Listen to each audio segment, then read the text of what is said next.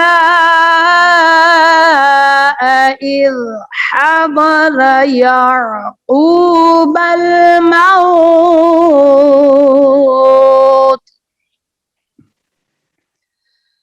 إذ قال لبنيه ما تعبدون من بعدي قالوا نعبد إلهك وإله آبائك إبراهيم وإسماعيل وإله آباء